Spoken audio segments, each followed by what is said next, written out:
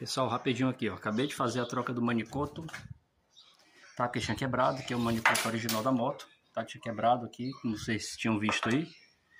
Aí, cara, pensa um trabalho. O manicoto, como eu falei pra vocês, é da Z300, Ninja 300. Manete da embreagem também, serve perfeitamente. Aí o trabalho que foi o seguinte, para trocar o manicoto, tem que sacar tudo isso aqui fora, cara. Aí o trabalho maior foi esse, né? Tirar aqui o protetor do manete, guidão, né? Tirar a manopla, desmontar aqui a caixinha do interruptor, para poder isso aqui sair. E aí, meu irmão, aí foi um trabalho grande aqui, viu? Mas deu certo, aqui tá tudo no lugar já. Tudo certinho. Agora só curtir. Já botei o retrovisor, alinhei aqui o guidão novamente.